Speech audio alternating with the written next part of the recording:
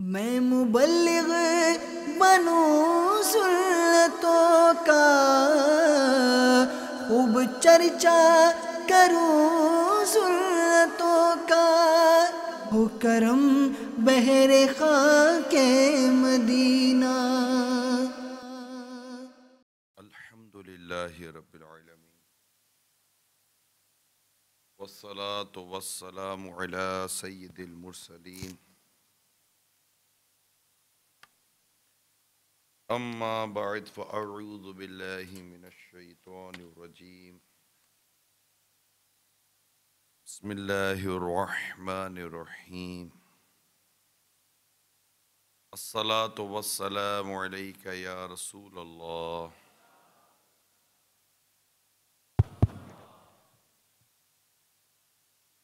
وعلی آلک واصحابک یا حبیب اللہ،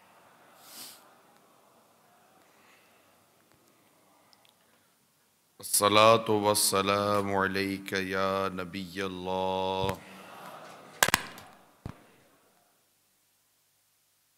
وعلی آلک واصحابک یا نور اللہ، نویت سنت الاعتکاف۔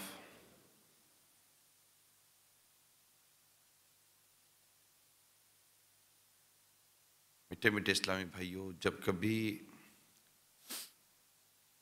مسجد میں داخل ہوں، یاد کر اعتکاف کی نیت ضرور کر لیا کیجیے۔ یاد رہے مسجد میں کھانا پینا، سونا، سحری، افطار وغیرہ اس کی اجازت نہیں ہوتی۔ اگر آپ نے اعتکاف کی نیت کر لی ہوگی تو یہ امور ضمناً جائز ہو جائیں گے، اور پھر اعتکاف کر لینے سے بیٹھے بیٹھے مفت کا ثواب بھی ملتا ہے کہ آپ جب تک اعتکاف کی نیت سے مسجد میں ہوں گے انشاءاللہ تعالی اعتکاف کا ثواب ملتا رہے گا۔ کہیں بھی اپنے علاقے میں بھی مسجد میں جب بھی داخل ہوا کریں، اعتکاف کی نیت کر لیا کیجیے۔ ماشاءاللہ اس وقت دور دراز سے سفر کر کے ملک سے بھی ہیں اور بیرون ملک سے بھی اسلامی بھائی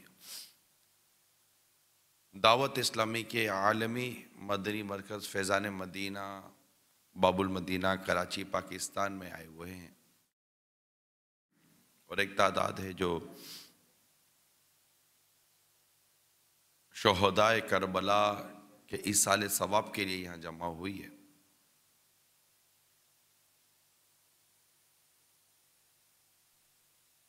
جب بھی مسجد میں داخل ہوں، پہلے سیدھا پاؤں داخل مسجد کرتے ہیں۔ ہم اللہ کے گھر میں حاضر تو ہوتے ہیں، لیکن حقیقتاً اس کے سنتیں اور آداب ہمارے چونکہ علم میں نہیں ہوتے، لہٰذا ہم عمل نہیں کر پاتے۔ تو یہ کچھ سنتیں اور آداب عرض کر رہا ہوں مسجد میں آنے کے۔ مدنی چینل کے جو ناظرین ہیں یہ بھی سمجھ لیں کہ مسجد میں داخل ہونا یہ ہے کہ جب بھی مسجد میں داخل ہو سیدھا پاؤں مسجد میں داخل کرنا چاہیے، اور جب بھی مسجد سے باہر نکلے الٹا پاؤں مسجد سے باہر نکالنا چاہیے۔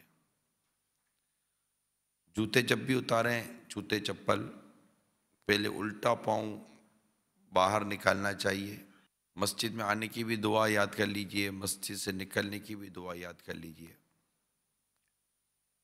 پھر مسجد کو خوشبودار رکھیے۔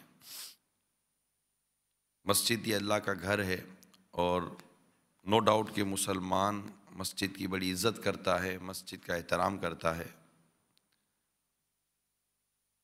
لیکن لا علمی کی وجہ سے بہت سارے ایسے کام کر گزرتا ہے جو مسجد میں نہیں ہونے چاہیے۔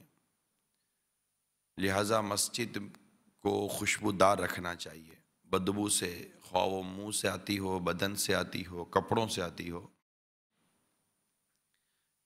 تو مسجد کو بدبو سے بچانا ہے۔ ایسی شے مسجد میں لانے کی منع ہے جو اس میں بدبو ہو۔ تو یہ مساجد کے کچھ آداب ہیں جسے بجا لانا ہم سب کے لیے ضروری ہے، اور کئی صورتیں ایسی ہیں کہ جن کے جو اگر وہ کر گزریں گے تو ہم گناہ گار ہوں گے، اور مسجد میں داخلہ منع ہوتا ہے۔ تو میں امید کرتا ہوں کہ ہم مسجد میں جب ہیں اس میں مسواک کا استعمال لازمی لے لیں۔ مسواک یہ نبی پاک صلی اللہ علیہ وسلم کی بہت پیاری سنت مبارکہ ہے، اور مستقل یعنی جو مسواک کا عادی ہوگا، جو مسواک کرتا ہوگا، مسواک کا عادی ہوگا، اس کی برکت یہ ہوگی کہ مرتے وقت اسے کلمہ نصیب ہوگا۔ مسواک یہ مل جاتی ہے، باہر بھی ملتی ہے، بازار میں بھی ملتی ہے، تو برائے کرم مسواک کا استعمال کریں۔ سرکار صلی اللہ علیہ وسلم مسواک کا بڑا کثرت سے استعمال فرمایا کرتے تھے، اور مسواک جب بھی استعمال کریں، مسواک کو رسم مسواک نہ لیں کہ ریشے منہ میں گھما لی ہم سمجھے مسواک ہو گئی، اس کے ریشے تراشتے رہیں، اور پھر مسواک کی اپنا ایک ذائقہ سا ہوتا ہے، وہ جتنی مسواک تازی ہوتی رہے گی اسی قدر اس کی افادیت آئے گی۔ طبی فوائد اپنی جگہ پر ہیں، لیکن منہ صاف رکھتی ہے اور سنت پر عمل کرواتی ہے۔ تو ایک تعداد ہے جو مسواک استعمال نہیں کرتی، ایسا نہ کریں۔ مسواک بازار سے لے کر اس کے استعمال کی عادت بنائیں۔ مسجد کے جو آداب ہیں برائے کرم اسے پورے کرنے کی ہم کوشش کریں۔ اپنے کپڑوں کو صاف رکھیں، اگر مسجد میں سوتے ہیں تو اس کے فرش کا خیال رکھیں، مسجد میں جب نماز پڑھتے ہیں تو صفوں کا خیال رکھیں کہ صفیں سیدھی ہونی چاہیے، درست ہونی چاہیے، برابر ہونی چاہیے، کندھے سے کندھا ملا ہوا ہونا چاہیے، کونوں تک صفیں پوری ہونی چاہیے۔ بعض لوگ پیچھے سے آ رہے ہوتے ہیں اور بیچ میں کھڑے ہو جاتے ہیں، کونوں میں صفیں خالی ہوتی ہیں، لیکن صفیں پوری کرنے کا ان کو جذبہ نہیں ہوتا۔ حالانکہ جو صفوں کا جو گیپ ہے اس کو پورا کرنے کے لیے جو آگے بڑھتا ہے اس کے لیے تو جنت کی بشارت ہے۔ جو صفیں پوری کرنے کے لیے آگے بڑھتا ہے گویا کہ وہ جنت کی طرف چل رہا ہوتا ہے۔ تو یہ بہت سارے ایسے معاملات ہیں کہ لا علمی بھی ہے اور غفلت بھی ہے۔ یہ جمعہ میں بھی ہمیں تجربہ ہے، ہم جمعہ میں اعلان کرتے رہتے ہیں کہ آگے کی صفیں پوری کریں، لیکن وہ پیچھے کھڑے ہی رہیں گے، آگے ہی نہیں بڑھیں گے۔ وہ سمجھتے ہیں کہ پتہ نہیں کوئی جنات آگے جائیں گے، وہ صفیں پوری کریں گے، صفیں ہم ہی کو پوری کرنی ہے۔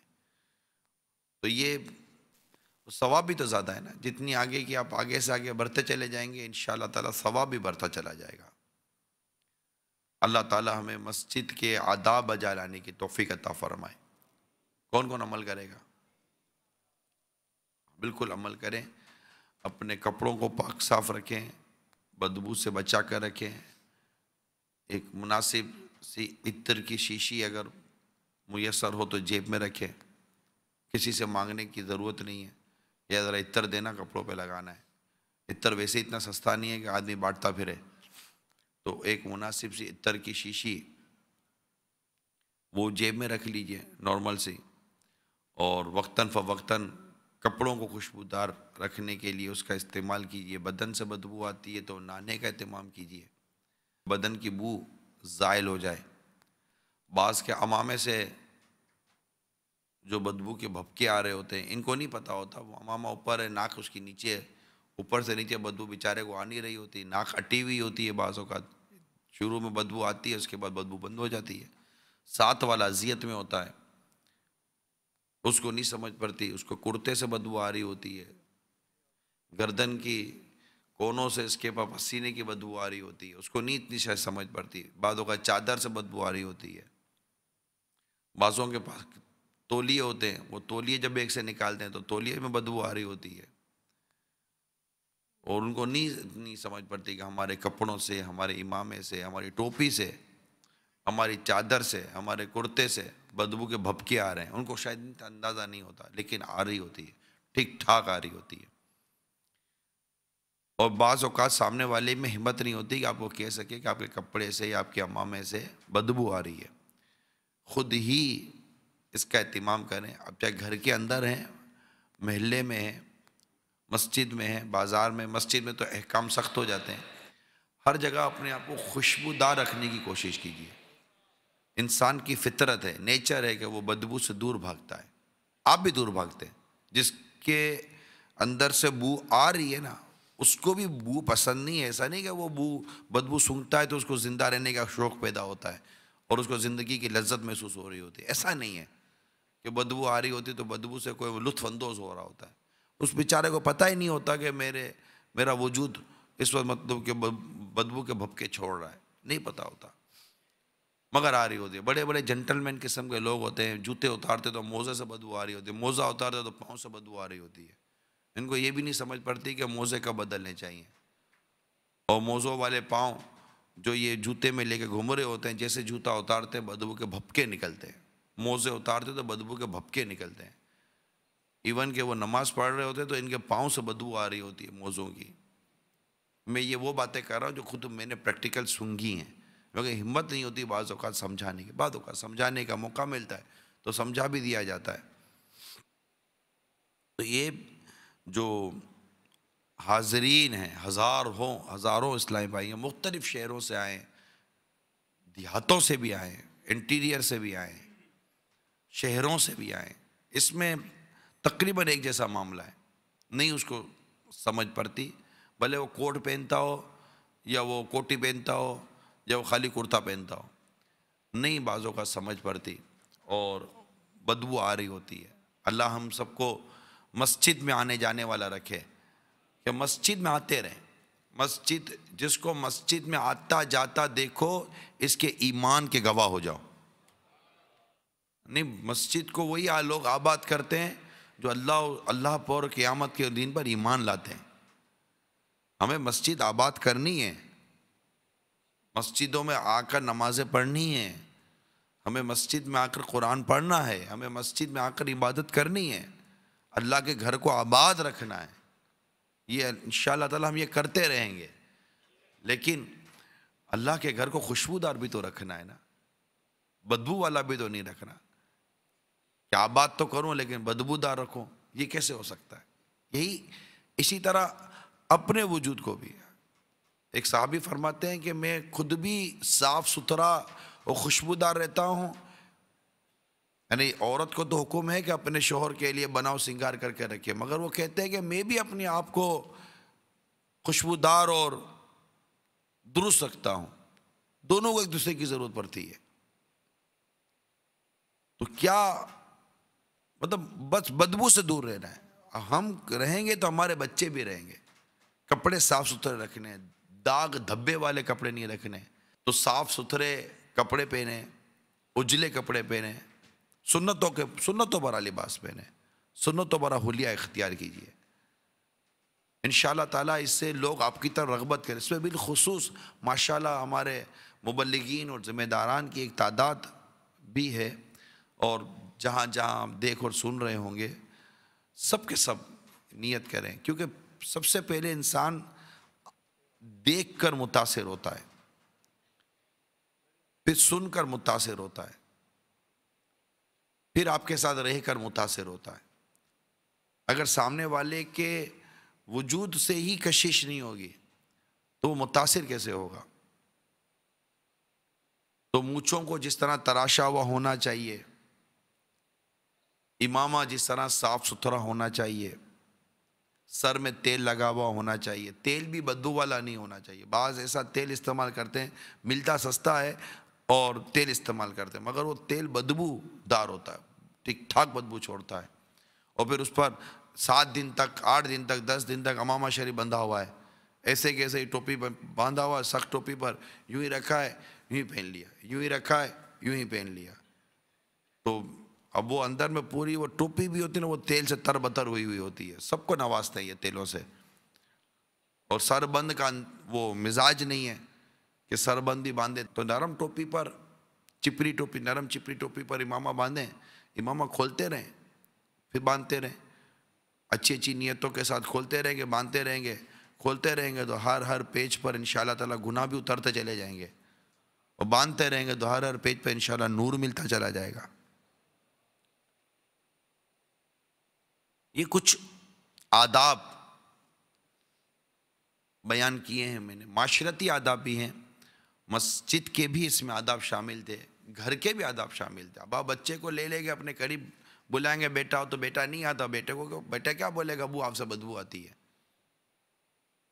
تو نہیں آتا۔ آپ کو بیٹے سے بھی بو آئے گی تو آپ بولو گے کہ ذرا اس کو، بیٹے کو بھی پیار کرنا ہوتا ہے، تو بیٹا بھی صاف ستھرا ہو، گھر میں سب صاف ستھرے ہوں، خوشبو جائز اور طیب، پاک طیب خوشبو کا استعمال ہو، مسجدیں خوشبودار رہیں، ہمارے بالکل ماحول ہمارا خوشبودار ہونا چاہیے۔ اپنے چپل پر غور کیجئے، چپل ایسے بعض اوقات میلے ہوتے، پتہ نہیں اس کو جب سے لیے تب سے دھوئی نہیں ہے چپل، چپل بھی تو دھوئے جاتے ہیں۔ جب آپ پاؤں دھوتے تھے، جو شے آپ کے پاؤں کو آلودگی سے بچاتی ہے، جو شے آپ کے پاؤں کو آلودگی سے، گندگی سے بچاتی ہے، تو گویا کہ وہ باہر کی آلودگی گندگی خود اپنے اوپر لے لیتی ہے نا، تو اس کو بھی تو دھونے کی حاجت پڑے گی نہیں پڑے گی۔ تو خود کبھی چپل وغیرہ بھی دھونے کا مزاج رکھیں کہ چپل گھر میں دھو لیے، اس کو سکھا دیے، پھر اس کو پہن لیے، تو صاف ستھرے چپل ہوں، صاف ستھرے کپڑے ہوں، صاف ستھرا وجود ہو، آپ کو دیکھ کر ہی بولے گا یار اس کے قریب جانے کا جی چاہتا ہے۔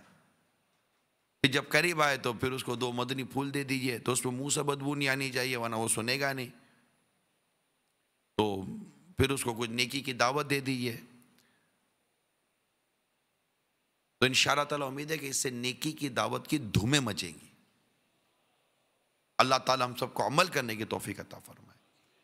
کھانے پیتے وقت بھی اس طرح کا امیر علیہ سنت نے بھی مدنی پھول عطا فرمائے تھے، کھاتے ہوئے بھی، یعنی ان چیزوں سے خود کو بچائیے جس سے لوگ کراہیت کریں، لوگوں کو نفرت ہو، تنفیر ہو۔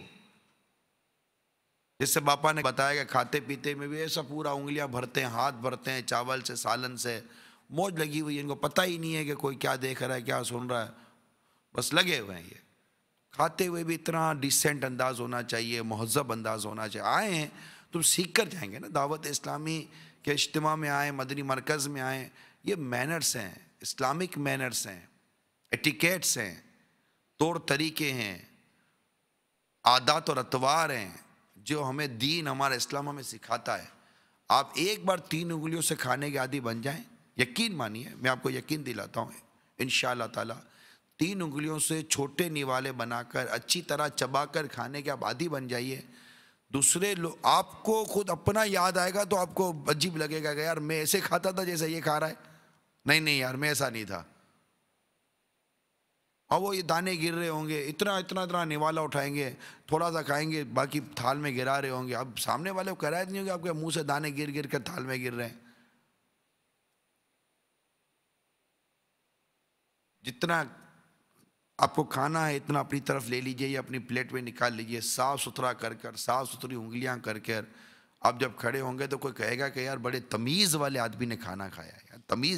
تمیز کا ایک لفظ ہے، تمیز ایک لفظ ہے، ایٹیکیٹس ایک لفظ ہے، ہر چیز کی ایک تمیز ہوتی ہے، ہر چیز کا ایک طریقہ ہوتا ہے، اگر ہم اس کے مطابق، یعنی کپڑے پہننے کا بھی ایک تمیز ہے، کپڑے پہننے کا بھی ایک طریقہ ہے، کھانے پینے کا بھی یہی انداز ہے، یعنی کھاتے ہوئے شخص کو کوئی یہ نہ کہے کہ یار یہ بھوکا آدمی بیٹھا ہوا ہے، بڑے ضبط و صبر کے ساتھ، بھلے آپ کو بھوک لگی ہے، اتنی بھوک لگی ہے کہ تھال سارا آپ کھا جائیں گے، مگر شومت ہونے دیجئے کہ میں پورا تھال کھا جاؤں گا، نہیں، ایثار۔ انسان کے اندر 2 صفت پر غور کیجئے، ایک ہوس، ایک ایثار۔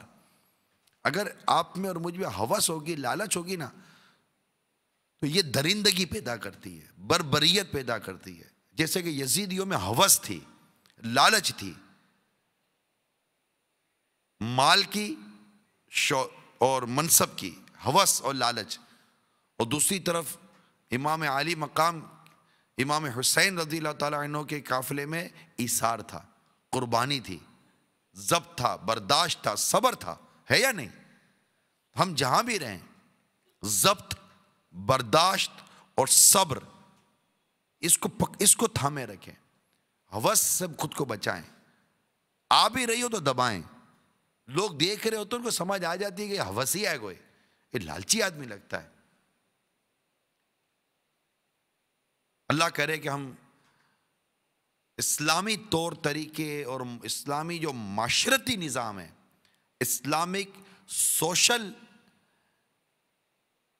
جو مینرز ہیں، اس کو اپنانے میں کامیاب ہو جائیں۔ اس پہ پڑھے لکھے، غیر پڑھے لکھے، جوان بوڑھے تقریباً ایک جیسے آ جاتے ہیں، کیونکہ اس متعلق اتنی ہماری معلومات نہیں ہے، اتنی زیادہ ہماری تربیت نہیں ہے۔ صرف سننے سے نہیں ہو جائے گا، سننے سے نہیں ہوتا جب تک کہ آپ کی اور میری تربیت نہیں ہوگی، اور تربیت ہوگی ماحول کے اندر۔ یہ ڈیفینیٹلی سیدھی سی بات ہے، کوئی چیز سیکھنے کے لیے انسٹیٹیوٹ جوائن کرنا پڑتا ہے۔ اگر آپ واقعی اسلامک مینرز اور اسلامک تربیت و سنتوں کے مطابق اپنی زندگی کو ڈھالنا چاہتے ہیں، دعوت اسلامی کو جوائن کر لیجئے اور صحیح آ جائیے۔ آنا جانا، آنا جانا نہیں، آنا ہی آنا، آنا ہی آنا، آنا ہی آنا لگا رہے، اور آ جائیے، قافلوں میں سفر کیجئے، مدنی مذاکروں میں شرکت کیجئے۔ انشاءاللہ تبارک و تعالی میں امید کرتا ہوں کہ ہمارے بہت سارے طور طریقے درست ہو جائیں گے۔ بعض لوگ کھانا کھاتے ہیں تو کھانا کھاتے ہوئے بھی آواز آتی، یہ ان کی آوازیں آتی رہیں گی۔ ارے بھائی یار، آوازیں کیوں نکال رہے ہو؟ چپ چاپ کھا لو نا یار۔ چوستے رہیں گے، پتہ نہیں کون، دانتوں میں کچھ چیز پھنس جائے گی تو نکالتے ہی رہیں گے، چوستے ہی رہیں گے۔ بغیر آواز کے بھی کھایا جا سکتا ہے۔ چائے پئیں گے تو سارے، جیسے کہ 4 آدمی ادھر کے 4 آدمی ادھر کے، پتہ چلے گا کہ صاحب چسکی لے رہے کر کے ایسا زوردار طرح کا یہ چسکا لیں گے کہ بس آدمی سنتا رہ جائے۔ بھائی بغیر بھی آواز کے بھی تو چائے پی جا سکتی ہے۔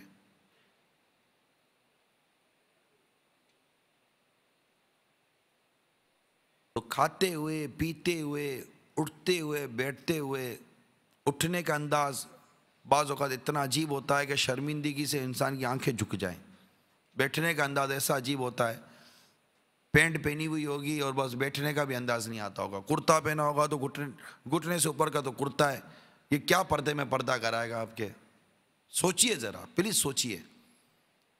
گھر میں آپ گھومتے پھرتے ہیں، مائیں بہنیں گھر میں ہوتی ہیں، اتنا سا چھوٹا سا بنیان ہوتا ہے، بعضوں کا پیٹ بھی نظر آ رہا ہوتا ہے، پتہ نہیں کیا نظر آ رہا ہوتا، کرتے اتارتے ہیں، اتنا چھوٹا سا بنیان ہوتا ہے، گھر میں مائیں بہنیں ہو رہی ہوتی ہیں اور موسو گھوم پھر رہے ہوتے ہیں، کوئی اندازہ ہی نہیں ہے۔ آپ تصور کیجئے، آپ کو اندازہ ہو جائے گا جو کچھ میں کہنا چاہ رہا ہوں۔ یا پھر بنیان پہنیے تو بنیان اتنا بڑا پہنیے کہ جو کم از کم گھٹنوں تک تو آ جائے آپ کے۔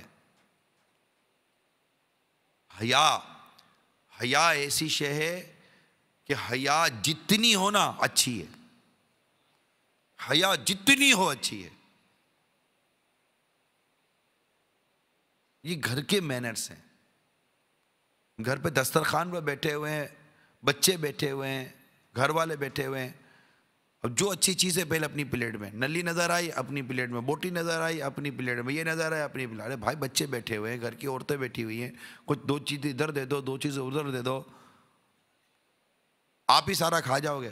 گھر کے دسترخوان پہ بھی اثار نہیں ہے، دفتر میں جاؤ تو اثار نہیں ہے، روڈ پہ ٹریفک میں آؤ تو اثار نہیں ہے، بس میں جاؤ تو اثار نہیں ہے، ویگن میں جاؤ تو اثار نہیں ہے، دھکم دھاپ مار پیٹ، اے طلبے ادھر آ جاؤ، اے اندھا ہے بہرا ہے، اے تو وہ یہ ہمارا انداز ہے۔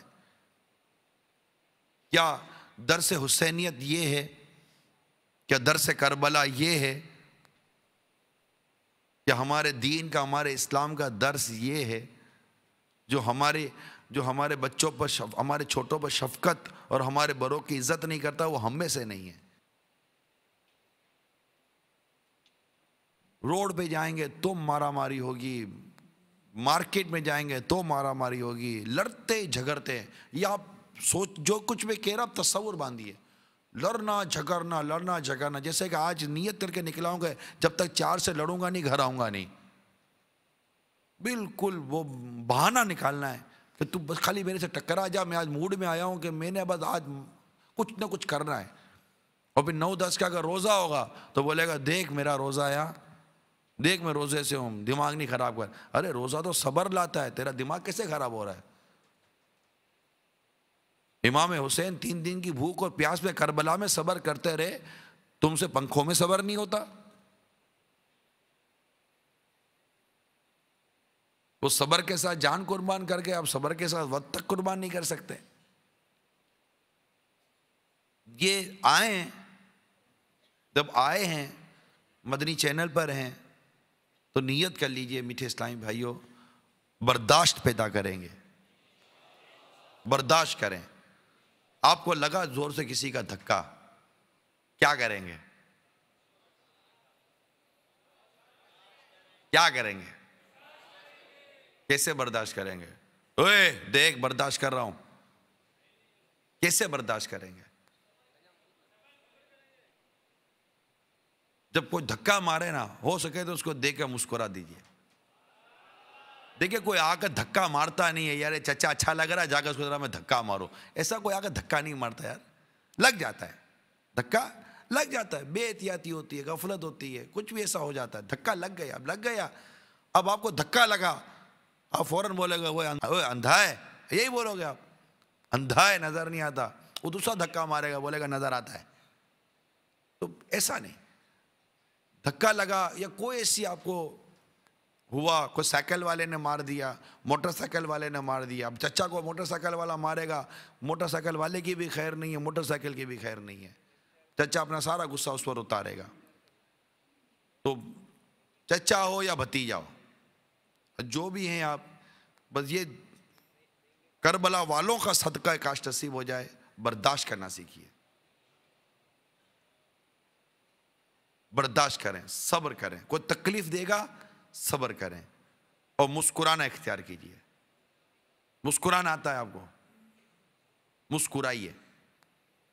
کوئی اس طرح کے واقعے میں اگر آپ مسکرائیں گے نا، جیسے کہ عموماً آپ موٹر سائیکل پہ جا رہے ہوتے ہیں، ٹریفک جام ہوتا ہے تو آپس سے موٹر سائیکل والے بھی ٹکرا جاتے ہیں، تو ٹکراتے ہیں نا تو یہ ایک دوسرے کو گھور کر دیکھتے ہیں، گھور کر دیکھتے ہیں، جیسے کھا جائیں گے اس کو آنکھوں سے، منہ سے نہیں کھائیں گے، آنکھوں سے کھا جائیں گے اس کو، گھور کر دیکھیں گے، دوسرا بھی گھور کر دیکھتا ہے، پھر چشمہ اتار، چشمہ پہنا کالا تو چشمہ کالا اتار کے دیکھے گا کہ ہاں میں دیکھتا ہوں تیرے کو۔ تو اتنا مطلب کہ گھورنا کیوں؟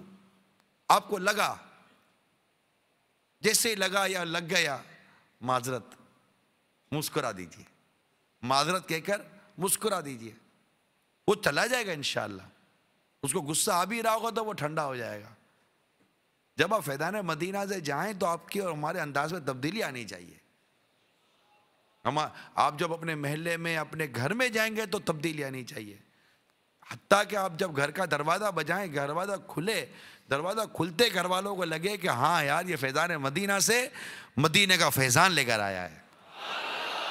کوئی ایسا کریں یار، گھر کی گھنٹی بجائیں، دروازہ بجائیں، تھوڑی دیر کھلنے میں لگ جائے، فوراً کھولو نا، تھکا ہوا آیا ہوں۔ بولے پھر کیا لے کر آئے ہو فیضان مدینہ سے؟ قافلے سے کیا لے کر آئے ہو؟ کربلا والوں کے اصالے ثواب کے لے گئے تھے تو ان کا کوئی صبر کا فیضانی لے آتے، ان کے برداشت کا فیضانی لے آتے، ان کے ایثار کا فیضانی لے آتے، سنت اور آداب کا فیضانی لے آتے۔ تو انشاءاللہ جب ہم گھر پہنچیں گے تو گھر والوں کو بھی پتہ چلے گا کہ یہ واقعی فیضان مدینہ سے فیضان مدینہ لے آیا ہے۔ آپ جب محلے میں آئیں گے، جب کاروبار پہ جائیں گے تو لوگ دیکھتے رہ جائیں آپ کو اور کہیں کہ کہاں گئے تھے یار آپ پچھلے دنوں، تو آپ کہنا میں فیضان مدینہ گیا تھا۔ تو بولے گا یار واقعی فیضان مدینہ میں مدینے کا فیضان ملتا ہے۔ اپنے اندر کردار میں تبدیلی لائیے، غصے کی عادت، یعنی آپ اتمام حجت پڑھیں، امام حسین رضی اللہ تعالیٰ عنہ نے جو کربلا کے میدان میں اتمام حجت کی، کئی مرتبہ جا جا کر یزیدیوں کو سمجھایا کہ تم مجھے جانتے ہو، تم مجھے پہچانتے ہو، میرے فضائل تم نے سنے ہیں، میں تمہارے نانا کا نواسا ہوں، میں نے تمہارے کسی کو قتل نہیں کیا، کسی کو نہیں مارا، مجھے تو خود مکتوب دے کر بلایا گیا ہے، مجھے تو دعوت دے کر بلایا گیا ہے، اب بھی اگر وہ لوگ بے وفا ہو گئے ہیں تو میں واپس چلا جاتا ہوں، مجھے واپس چلے جانے دو۔ اتمام حجت کرتے رہے، بیان کرتے رہے، سامنے والے بدتمیزیاں کرتے رہے، آپ بدتمیزی کا جواب معاذ اللہ کسی اور انداز سے نہیں دیتے تھے، ہاں بدتمیزی کے جواب دیے میرے آقا امام حسین نے وہ ایسے دیے کہ آپ کی کرامتیں ظاہر ہوتی تھی، اور بدتمیزی کرنے والا، گستاخی کرنے والا وہیں پر ذلیل اور رسوا ہو کر مر جایا کرتا تھا۔ یہ آپ کی کرامت تھی، آپ کی برکتیں تھی، آپ کا ضبط تھا، آپ کا صبر تھا۔ اور ایسے موقع پر بھی اللہ کے پیارے حبیب صلی اللہ علیہ وسلم کو خواب میں دیکھا میرے آقا امام حسین رضی اللہ تعالیٰ عنہ نے، تو اس وقت اللہ کے پیارے حبیب صلی اللہ علیہ وسلم نے بھی آپ کے سینے مبارک پر ہاتھ رکھ کر یہی دعا کی، یا اللہ میرے حسین کو صبر اور صبر پر اجر عطا فرما، رضی اللہ تعالیٰ عنہ۔ صبر، ہمیں صبر نہیں ہے، ہم فوراً بوائل ہو جاتے ہیں، فوراً جیسے بلاسٹ ہو جاتے ہیں، پھٹتے ہیں، اپنے گھر والوں پر پھٹتے ہیں، ایک تو دوسرے پھٹتے ہیں، یا ہم اپنے مزاج کو پھاڑتے ہیں، کبھی گھر میں پھاڑتے ہیں، کبھی محلے میں پھاڑتے ہیں، کبھی بازار میں پھاڑتے ہیں، کبھی دکان پر پھاڑتے ہیں، کبھی سامان لینے جاؤ، فروٹ لینے جاؤ تو فروٹ والے سے بھی لوگ ڈرتے ہیں، اب دودھ لینے جاؤ دودھ والے سے لڑ پڑیں گے، کپڑا لینے جاؤ تو کپڑے والے سے لڑ پڑیں گے، بس میں بیٹھو تو کنڈکٹر سے لڑ پڑیں گے، ڈرائیور سے بات کرو تو ڈرائیور سے لڑ پڑیں گے، گھر میں جاؤ تو بیوی سے لڑ پڑیں گے، بیوی کو دیکھو تو وہ بچوں سے بھی لڑتی ہے تو آنے والے شور سے بھی لڑتی ہے، سب سے ایک طرح سے لڑائی لگی ہوئی ہے، جنگ لگی ہوئی ہے۔ بات کرتے ہیں کہ جناب ملک میں امن ہو جائے، ارے خدا کے بندے اپنی ذات میں تو امن لا، آپ اپنی ذات میں امن نہیں لا سکے، آپ اپنی ذات کو پورا امن نہیں بنا سکے، آپ کے گھر میں بچے آپ سے امان میں نہیں ہیں، آپ کے بچوں کی امی امان میں نہیں ہے، آپ کے ماں باپ امان میں نہیں ہے، آپ کے محلے والے آپ سے امان میں نہیں ہیں، کبھی محلے میں لڑتے ہیں، کبھی وہاں لڑتے ہیں، کبھی ادھر لڑتے ہیں، کبھی ادھر لڑتے ہیں، تو مسجد میں آ جاؤ تو صف پر لڑتے ہیں، امام صاحب 2 منٹ لیٹ جاؤ تو امام صاحب سے لڑتے ہیں، نماز لمبی ہو جاؤ تو فلاں سے لڑتے ہیں، مؤذن نے اذان دینے میں تھوڑی اونچی نیچی کر دی تو اس سے لڑیں گے، تھوڑی صفائی صحیح نہیں ہوئی تو اس سے لڑیں گے، سب سے ہی لڑتے رہتے ہیں۔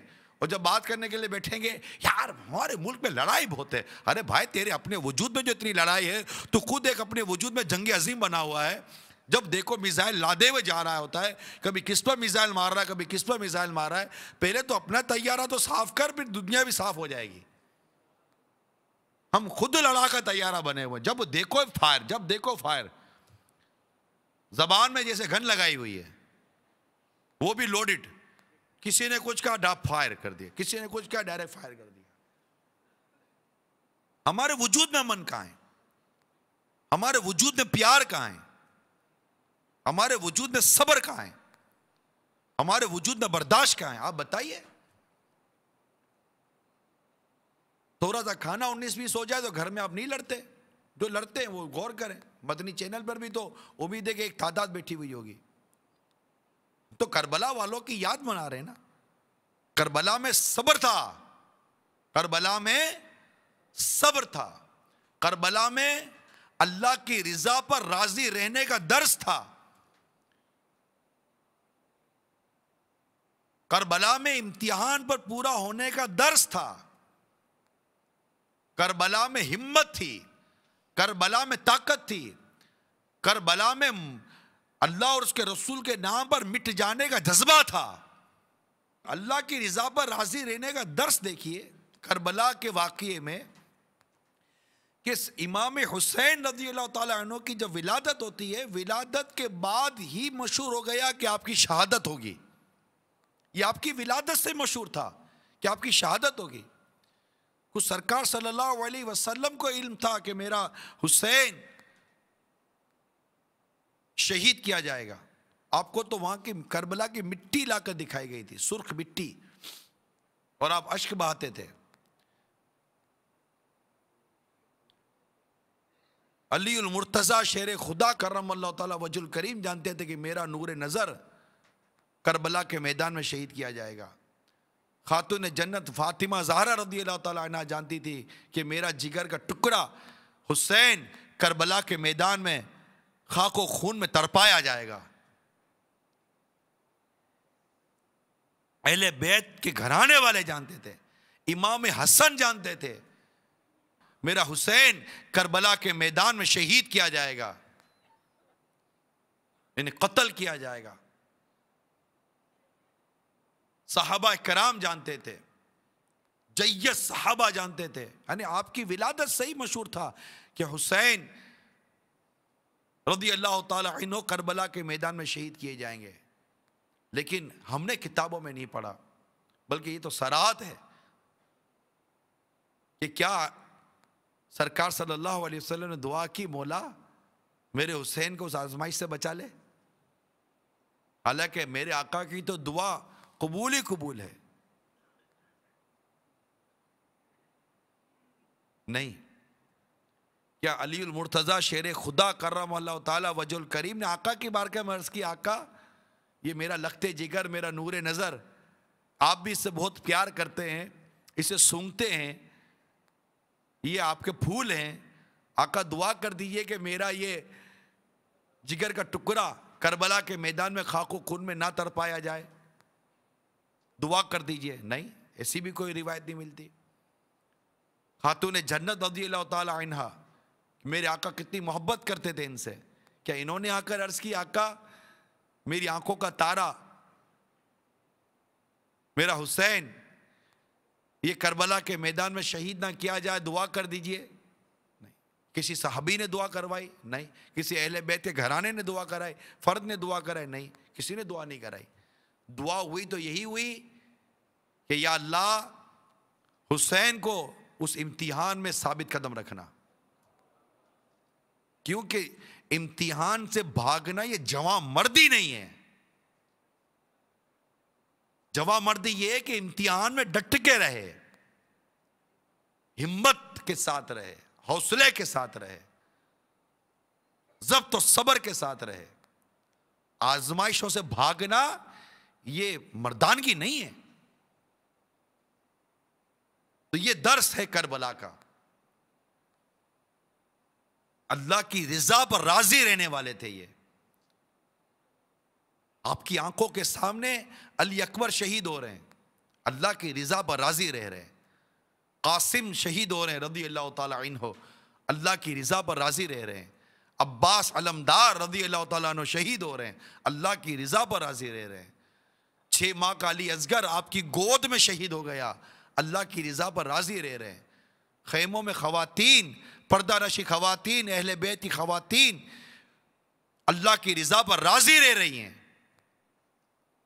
اللہ کی رضا پر راضی رہنا یہ سبق ہے کربلا کا. یہاں تو تھوڑی سی کچھ پریشانی آ جائے، شریعت کا دامن چھوڑ کر، حرام و حلال کی تمیز چھوڑ کر اللہ کی نافرمانی پر اتر آتے ہیں ہم لوگ. تو الغرض نچوڑ یہ میرے میٹھے اسلامی بھائیوں، یہ اتفاق ہے کہ یہ میرا موضوع نہیں تھا مگر موضوع بن گیا. موضوع تو میرے کچھ واقعات ہیں لیکن یہ بن گیا ایک موضوع. اللہ ہمیں عمل کا جذبہ دے کہ واقعہ کربلا کے جو اسباق ہیں، جو درس ہیں، دروس ہیں، بلکہ یہ اس پر عمل کریں. یقین مانی اگر اس پر عمل آ جائیں، صرف بیان رونا بھی آتا ہے. ان پر جو پریشانیاں آئیں، ان پر جو مصیبتیں آئیں، اس پر رونا بھی آتا ہے، دل بھر جاتا ہے. لیکن کردار میں تبدیلی کب آئے گی؟ ہمیں دیکھ کر کب کوئی کہے گا کہ اس کے کردار سے فیضان امام حسین چھلک رہا ہے؟ ہمیں کیسے دیکھ کر کوئی کہے گا؟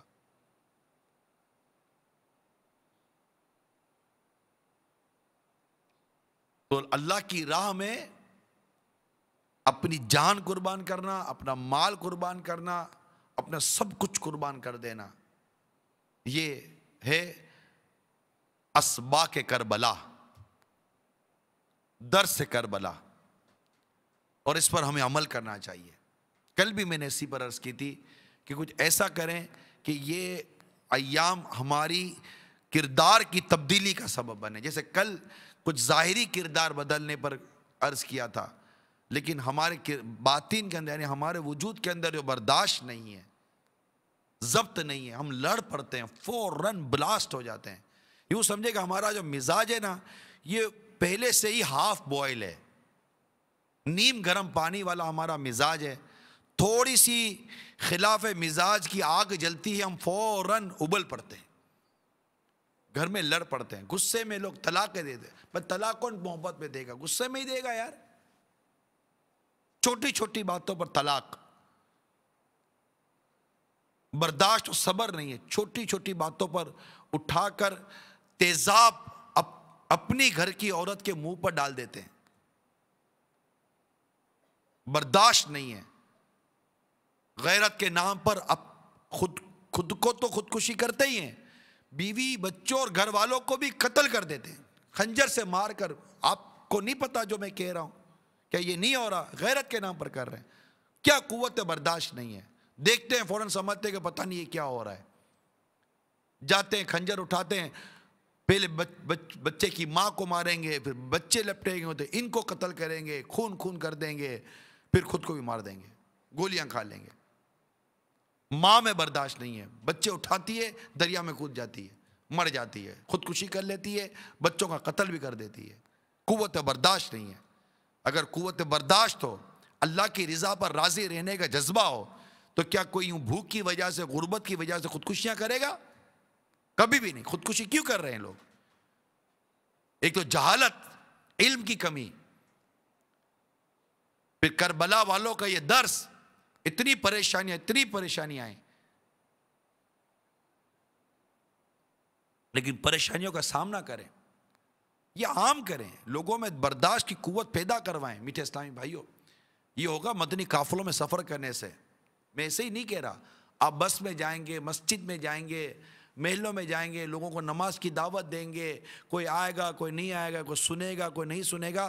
یہ سب آپ کے ہمارے اندر قوت برداشت پیدا کریں گی چیزیں, صبر پیدا کریں گی چیزیں. اب جیسے آپ یہاں ہیں, ہزاروں اسلامی بھائی یہاں ہیں, کبھی استنجا کھانے پر رش ہوتا ہوگا, کبھی وضو خانے پر رش ہوتا ہوگا, ہے یا نہیں ہے؟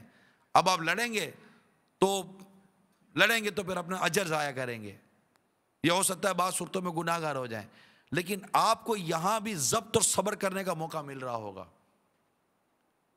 ہمارا یہ ضبط و صبر نہیں ہوتا. مکے میں بھی جا کر لڑتے, طواف کعبہ میں بھی لڑتے, دھکا لگ گیا فوراً لڑنا شروع کریں گے. ارے خدا کے بندے, کعبے کا طواف کر رہا ہے, یہاں تو صبر کر لے. اب کیا کعبے کا طواف کرتے ہوئے بھی حضرت کو کیا لوگ دیکھ کر چلیں گے کہ حضرت چل رہے ہیں, ان کو غصہ آ جاتا ہے, ان کو دھکا نہ لگے؟ کب طواف کعبہ ہے, لوگ گھوم ہی رہے ہوتے, کبھی کہیں دھکا لگ جاتا ہے, کسی کا پاؤں چڑھ جاتا ہے, تو کیا وہاں بھی لڑو گے؟ کیا عرفات کے میدان میں بھی لڑیں گے؟ کیا مینا کے میدان میں بھی لڑو گے؟ کیا شیطان کو کنکڑیاں مارتے ہوئے بھی شیطان والا کام کرو گے؟ وہاں بھی لڑو گے, وہاں بھی ستاؤ گے لوگوں کو؟ یہ بار بار میں قوت برداشت پر آپ کو بیان کر رہا ہوں, بار بار قوت برداشت پر بیان کر رہا ہوں کہ آپ کو برداشت کرنا ہی کب ہے؟ جب آپ کے خلاف مزاج کام ہوگا تبھی برداشت کرو گے نا. آپ بولو کتنا برداشت کرے گا؟ بس کرے برداشت, صبر کرے. برداشت کرنا ہی تب ہے جب آپ کے ساتھ کوئی زیادتی کرے, کوئی ظلم کرے, کوئی ناانصافی کرے گا, تبھی تو برداشت کریں گے. اب آپ مجھ سے ملو گے اور میں بولے جی جناب کیسے ہیں آپ, ٹھیک ہیں, طبیعت کیسی آپ کی, ماشاءاللہ بڑی دور سے آئے ہیں, ارے واہ واہ واہ واہ. اب آپ کیا میری اس باتوں سے برداشت کرو گے؟ آپ برداشت کر رہے ہو میری ان باتوں کو؟ نہیں, آپ کو مزہ آ رہا ہوگا. برداشت کب کریں گے؟ جب میں آپ کے ساتھ کوئی بدتمیزی کروں گا, بدسلوکی کروں گا, ناانصافی کروں گا, تب آپ کو برداشت کرنا ہے نا, تب تو آپ کو صبر کرنا ہے. تو یہ چیزیں اپنے نوٹس میں لانے کی کوشش کیجئے. اللہ تعالی ہم سب کو عمل کرنے کی توفیق عطا فرمائے اور ہمیں ایک دوسرے سے درگزر کرنے کی بھی توفیق عطا فرمائے. صلو علی الحبیب صلی اللہ تعالی علی محمد. سرکار مدینہ صلی اللہ تعالی علیہ وآلہ وسلم نے ارشاد فرمایا, جسے یہ پسند ہو کہ اس کے لیے جنت میں محل بنایا جائے اور اس کے درجات بلند کیے جائیں, اسے چاہیے کہ جو اس پر ظلم کرے یہ اسے معاف کرے, اور جو اسے محروم کرے یہ اسے عطا کرے, اور جو اسے قطع تعلق کرے یہ اس سے ناتا جوڑے. میں کیوں بات کروں اس سے؟ اس نے میرے سے تعلق, بات تو اس نے بند کی ہے. آپ جا کر بات کر لیجئے,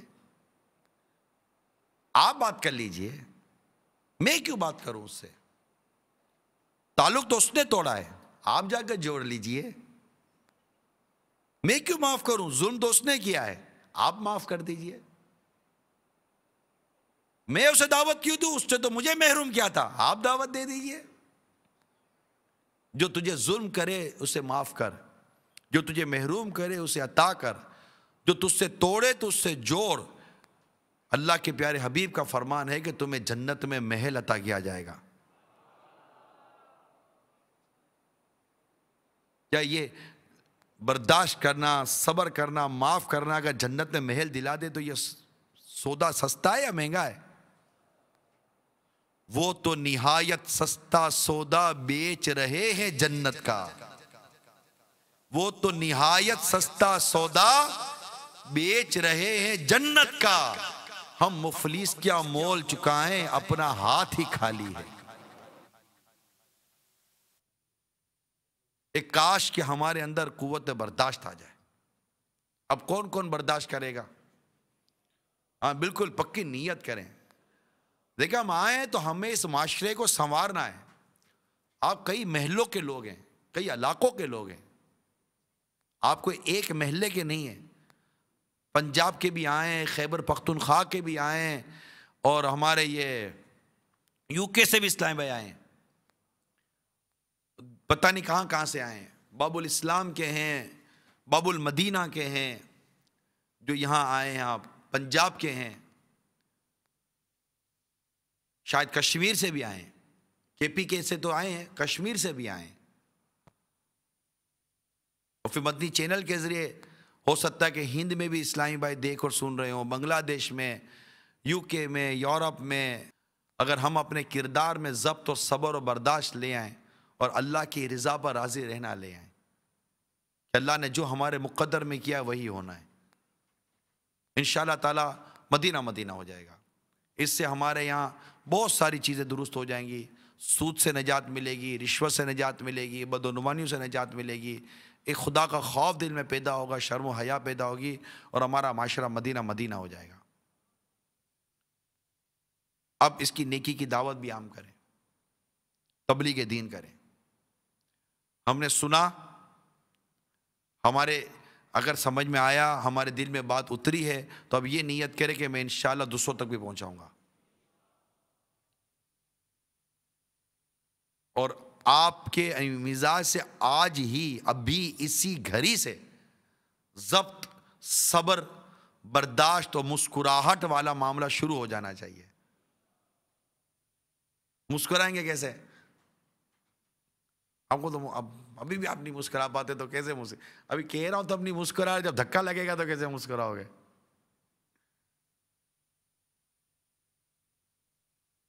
مسکرانا بھی صدقہ ہے۔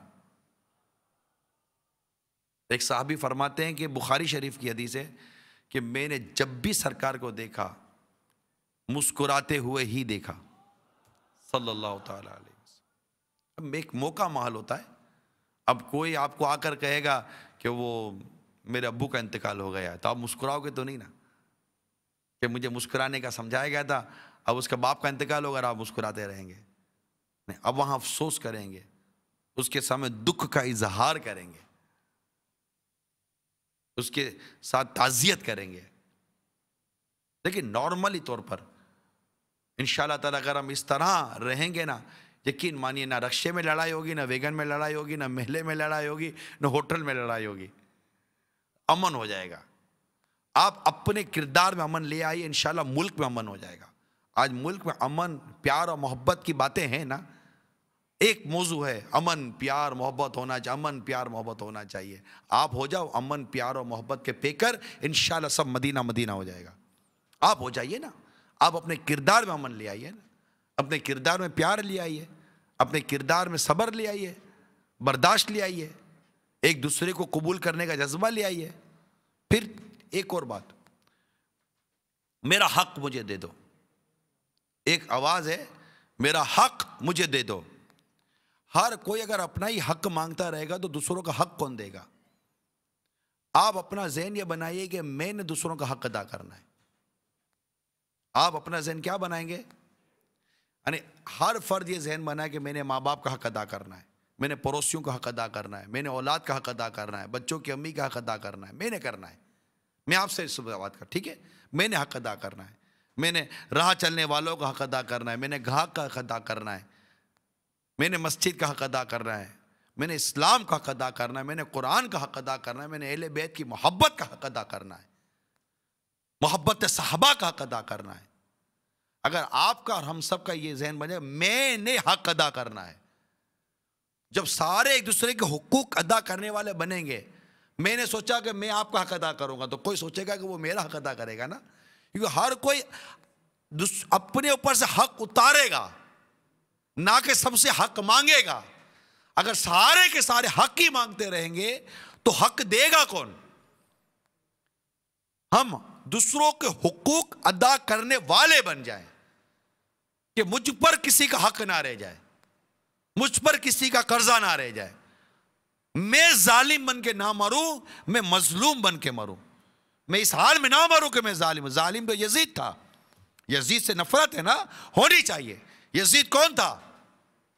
بولو ظالم۔ یزید کون تھا؟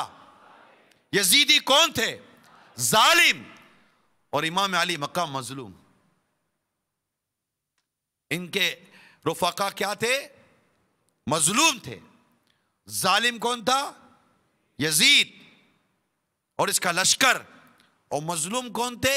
امام علی مقام اور ان کے رفقا۔ تم ظالم بن کے جینا چاہتے ہو کہ مظلوم بن کر؟ مظلوم۔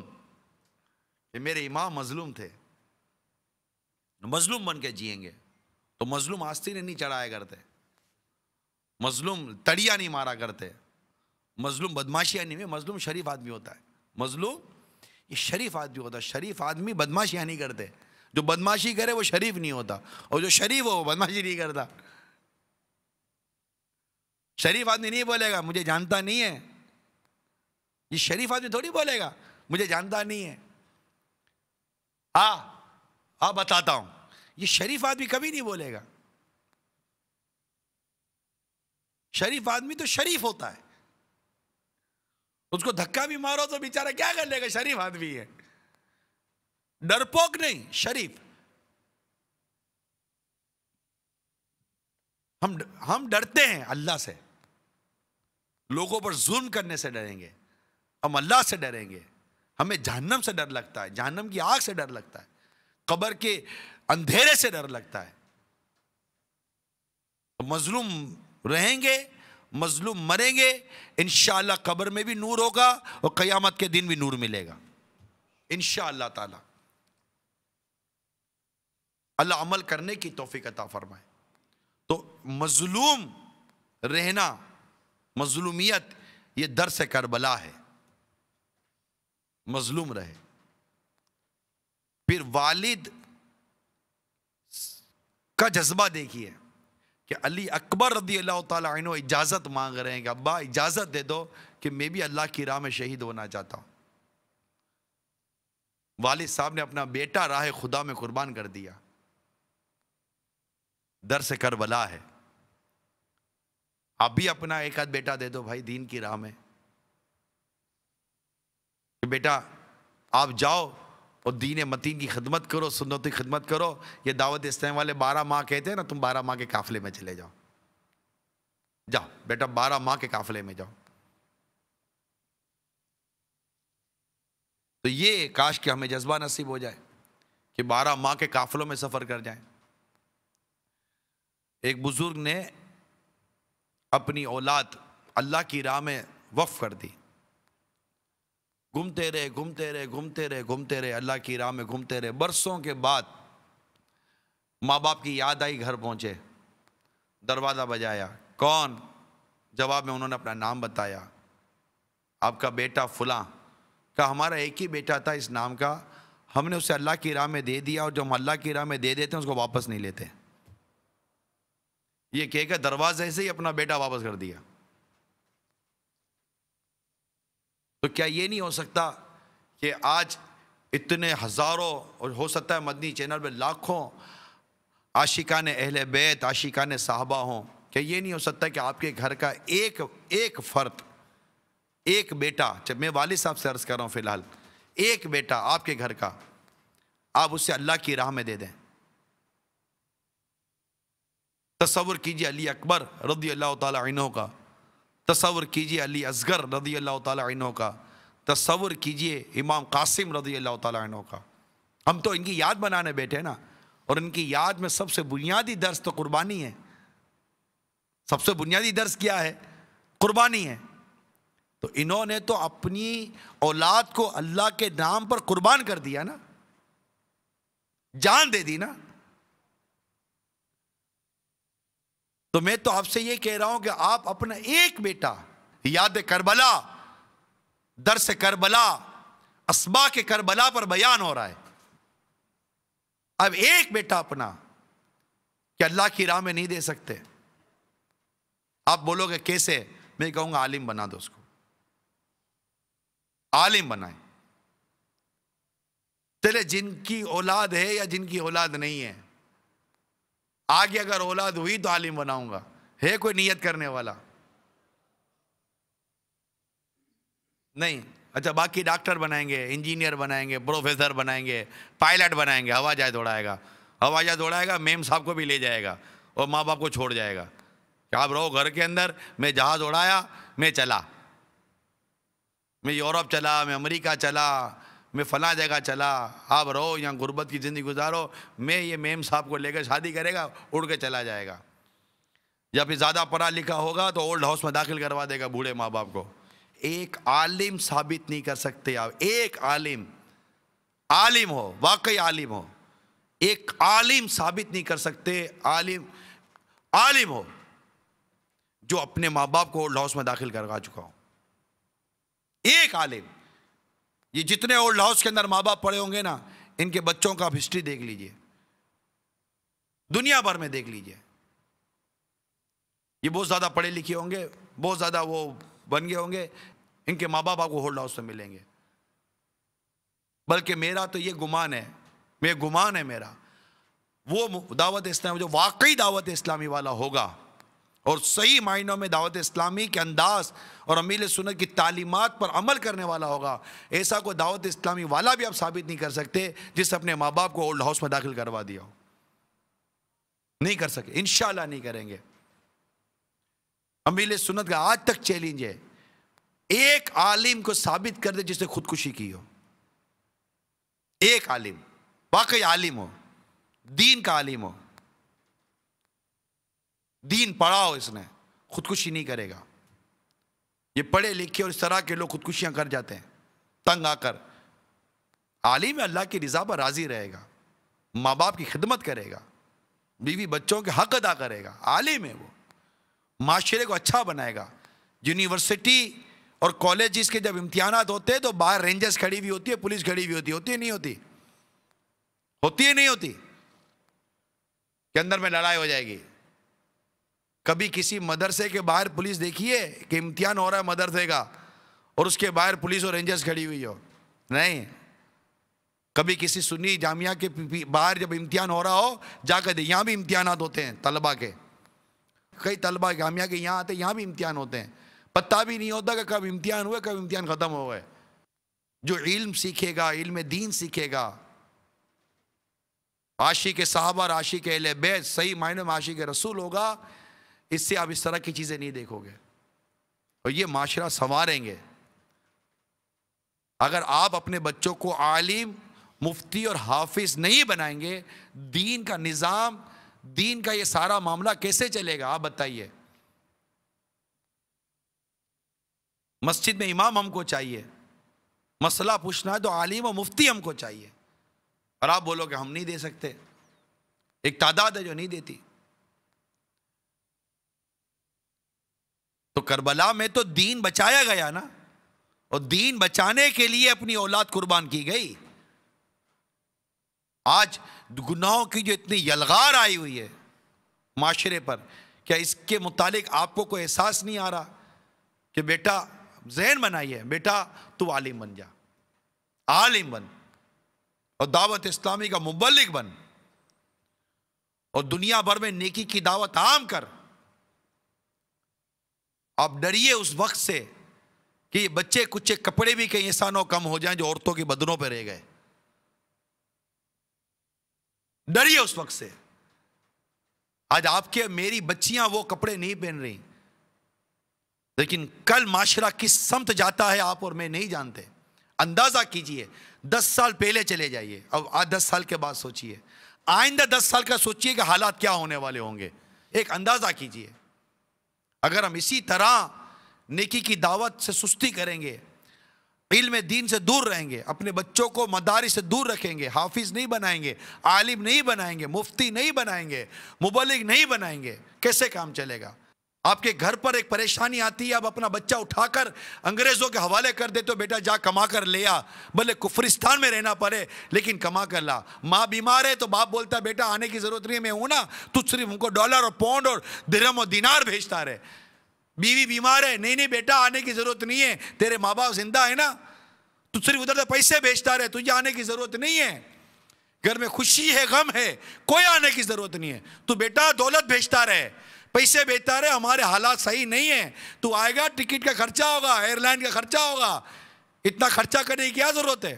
اور اگر ایسا ہی کوئی بیٹا باہر کسی نیکی کی دعوت کے لیے، تبلیغ دین کے لیے ہو تو کہیں گے ہیں اللہ نے یوں تھوڑی کوئی بولا ہے کہ گھر میں اتنی بڑی مصیبت آ گئی ہے اور یہ اللہ کی راہ میں، اس کو تھوڑی بولیں گے بیٹا اور اللہ کی راہ میں سفر کر اور ان کے لیے دعا کر اور ایصال ثواب کر، اس کو کوئی نہیں بولے گا، اس کو یہی بولیں گے واپس آ جا، گھر میں پریشانی ہے، اور دولت کما رہا ہوگا تو بیٹا آنے کی ضرورت نہیں ہے، گھر میں پریشانی ہے یا نہیں ہے؟ یہ ہماری مینٹیلٹی ہے، ہماری سوچ ہے کہ اگر کوئی اللہ اور اس کے رسول کے نام پر قربانی دے رہا ہے تو اس کی قربانی کو ہم اس نظر سے دیکھ رہے ہیں، اور کوئی دولت کما رہا ہے تو اس کو اس نظر سے دیکھ رہے ہیں۔ لاکھوں کروڑوں لوگ ہمارے ملک سے باہر ہیں کمانے کے لیے، ہیں یا نہیں ہیں؟ اللہ کی راہ میں کتنے لوگ سفر میں ہیں؟ لاکھوں کروڑوں مسلمان دنیا بھر میں سفر کر رہے ہوتے ہیں، راہ خدا میں کتنے سفر کر رہے ہوتے ہیں؟ آپ بتائیے، آج تو آپ ماشاءاللہ سفر کر کر آئے ہیں، آج تو آپ کو اندازہ ہو جائے گا آپ نے کتنوں کو دعوت دی تھی کہ آئیے، کتنے آئے؟ اور اگر کہتے کہ فلاں جگہ پر نوٹیں بٹیں گی تو فلاں جگہ پر یہ ہوگا تو آپ سے پہلے وہ پہنچے ہوئے ہوتے، ایک تعداد ہے۔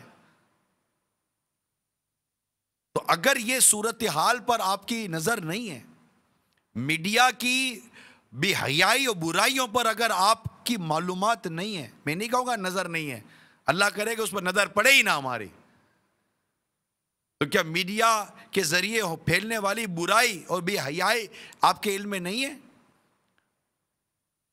کیا سود کا کاروبار ہماری جڑوں کو کھوکھلا کر رہا ہے، سود آپ کے علم میں نہیں ہے؟ جگہ جگہ رشوت کا لین دین ہو رہا ہے کہ آپ کے علم میں نہیں ہے؟ آپ ہی کے ملک کے اندر کچی شرابیں پی کر سال میں نہ جانے کتنے لوگ مر جاتے کہ آپ کے علم میں نہیں ہے؟ آپ جس شہر علاقے میں رہتے کیا وہ شراب کے اڈے نہیں ہیں؟ کیا وہ جوئے کے اڈے نہیں ہیں؟ کیا وہ بدکاری کے اڈے نہیں ہیں؟ کیا گلی کوچوں کے اندر نوجوان نشے کے عادی نہیں بن رہے، منشیات کے عادی نہیں بن رہے؟ کوئی چرس پی رہا ہے، کوئی ہیروئن پی رہا ہے، کوئی کوکن پی رہا ہے، اور یہ مافیا ہمارے بچوں کو نشے کا عادی بنا رہی، کیا یہ آپ کے علم میں نہیں ہے؟ مسجدیں خالی ہوتی جا رہی ہے کہ آپ کے علم میں نہیں ہے؟ گناہوں بھرے تفریح گاہیں آباد ہوتی جا رہی ہے کہ آپ کے علم میں نہیں ہے؟ سنیما گھر آباد ہو رہے ہیں، شاپنگ سینٹروں میں نئے نئے سنیما کھولے جا رہے ہیں، کیا یہ آپ کے علم میں نہیں ہے؟ ہمارے معاشرے کی مسلمان بچیاں ناچ رہی ہیں ماں باپ کے سامنے، کیا یہ آپ کے علم میں نہیں ہے؟ نوجوانوں کے کپڑے آدھے ہو گئے، آدھے ننگے ہو کر گھومتے، کہ آپ کے علم میں نہیں ہے؟ آپ کے علم میں کیا نہیں ہے؟ اس کے بعد بھی ہمارا اور ہمارے گھر کا کردار کیا ہے اس کی درستی کے لیے؟ اس راہ میں بھی قربانی دینی پڑے گی، مصیبت آئے گی، پریشانی آئے گی، تکلیف آئے گی، برداشت کریں گے اور انشاءاللہ معاشرے میں تبدیلی لائیں گے۔ ایک واقعہ میرے پاس لکھا ہے ضمن میں کہ کتنا مطلب کہ وہ جذبہ ہمارے بزرگوں میں ہوا کرتا تھا۔ صلو علی الحبیب صلی اللہ تعالی علی محمد، توبوا الی اللہ، یہ حضرت سیدنا مالک بن فضالہ رضی اللہ تعالیٰ عنہ، حضرت سیدنا حسن رضی اللہ تعالیٰ عنہ سے روایت کرتے ہیں، سابق امتوں میں ایک بزرگ تھے اور ان کا نام تھا عقیب، عین سے ہے عقیب۔ لوگوں سے الگ تھلگ پہاڑی میں رہا کرتے تھے اور اللہ کی عبادت میں مصروف رہتے۔ ایک مرتبہ انہیں خبر ملی کہ قریبی شہر میں ایک ظالم جابر بادشاہ ہے جو لوگوں پر بہت ظلم کرتا ہے اور بلا وجہ ان کے ہاتھ پاؤں ناک وغیرہ کاٹ ڈالتا ہے۔ جب آپ کو یہ اطلاع ملی تو آپ کے اندر امر بالمعروف و نہی عن المنکر یعنی نیکی کی دعوت دینے اور برائی سے منع کرنے کا ایک عظیم جذبہ شدت سے ابھرا ہے۔ ایسا ہو رہا ہے، اور اپنے آپ سے کہنے لگے مجھ پر یہ لازم ہے کہ میں اس ظالم کو اللہ سے ڈرنے کی تلقین کروں اور اسے عذاب الہی سے ڈراؤں۔ چنانچہ آپ امر بالمعروف و نہی عن المنکر کے عظیم جذبے کے تحت پہاڑ سے اترے اور اس ظالم حکمران کے پاس پہنچ کر اس سے بڑی ہی جرت مندانہ انداز میں فرمایا، تو اللہ سے ڈر۔ وہ بدبخت اور ظالم بادشاہ آگ بگولا ہو گیا اور بڑے تکبر کے انداز میں گستاخانہ جملے بکتے ہوئے اس سے کہنے لگا، ایک کتے، تیرے جیسا حقیر شخص مجھے اللہ سے ڈرنے کا حکم دے رہا ہے؟ میں تجھے اس گستاخی کی ضرور سزا دوں گا اور تجھے ایسی سزا دوں گا کہ آج تک دنیا میں ایسی سزا کسی کو نہیں دی گئی ہوگی۔ پھر اس ظالم نے حکم دیا، اس کے قدموں سے اس کی کھال کو اتارنا شروع کرو اور سر تک اس کی کھال اتار لو تاکہ دردناک عذاب میں مبتلا ہو اور اس کی روح تڑپ تڑپ کر تن سے جدا ہو۔ حکم پاتے ہی جلاد آگے بڑھے، اس عظیم مبلغ کو پکڑ کر زمین پر لٹایا، قدموں سے کھال اتارنا شروع کر دی۔ وہ صبر و شکر کا پیکر بنا رہا، زبان سے اف تک نہ کہا، لیکن جب ان کی کھال پیٹ تک اتار لی گئی تو درد کی شدت سے ان کے منہ سے درد بری آہ نکلی۔ انہیں فوراً حکم الہی پہنچا، اے عقیب صبر سے کام لو، ہم تجھے غم اور حزن کے گھر سے نکال کر راحت و آرام کے گھر یعنی جنت میں داخل کریں گے، اور اس تنگ و تاریک دنیا سے نکال کر وسیع و عریض جنت میں داخل کریں گے۔ حکم الہی پا کر وہ عظیم مبلغ خاموش ہو گئے اور اس دردناک تکلیف کو صبر سے برداشت کرتے رہے۔ جب ظالموں نے ان کی کھال چہرے سے چہرے تک اتار لی تو شدت درد سے دوبارہ ان کے منہ سے بے اختیار درد بری آہ نکلی۔ انہیں پھر حکم الہی پہنچا، اے عقیب تمہاری اس مصیبت پر دنیا اور آسمان کی مخلوق رو رہی ہے، تمہاری اس تکلیف نے فرشتوں کی توجہ تمہاری طرف کرا دی ہے۔ اگر تم نے تیسری بار بھی ایسی ہی درد بری آہ نکالی تو میں اس ظالم قوم پر دردناک عذاب بھیجوں گا اور انہیں شدید عذاب کا مزہ چکھاؤں گا۔ یہ حکم الہی پا کر وہ خاموش ہو گئے اور پھر بالکل بھی منہ سے آواز نہ نکلی، اس خوف سے کہ کہیں میری آہوزاری سے اللہ میری اس قوم کو عذاب میں مبتلا نہ کر دے۔ میں نہیں چاہتا کہ میری وجہ سے کوئی عذاب میں مبتلا ہو۔ بالآخر یہ عظیم مبلغ کی تمام کھال اتار دی گئی، لیکن انہوں نے دوبارہ سسکی تک نہ لی اور اپنی جان آفرین کے سپرد کر دی۔ یہ غور کیجئے نیکی کی دعوت دینے والوں کے جذبے کیسے تھے۔ کہ کسی صورت نیکی کی دعوت دیں اور ظالم کو ظلم سے بچائیں، یہی امام حسین کرنے چلے تھے، ظلم سے بچانے چلے تھے اور صبر کیا، اللہ کی رضا پر راضی رہے اور خود کو اور اپنے گھر والوں کو اللہ کے نام پر قربان کر دیا۔ یہ تکلیفیں آتی ہیں، کبھی بھوک کی تکلیف، ہم کچھ بھی نہیں کر رہے یار، تقریباً ایک تعداد کچھ بھی نہیں کر رہی، کیا تکلیفیں نہیں ہیں؟ بھوک کی تکلیف، مہنگائی کی تکلیف، کیسی کیسی تکلیفیں آج ہمارے معاشرے میں، ہمارے گھروں میں ہیں. آج تبدیلی لائیں، کچھ چینجز لائیں. انشاءاللہ امید ہے تکلیف دور ہو جائے گی، امن آ جائے گا، پیار آ جائے گا، محبتیں پیدا ہوں گی معاشرے میں.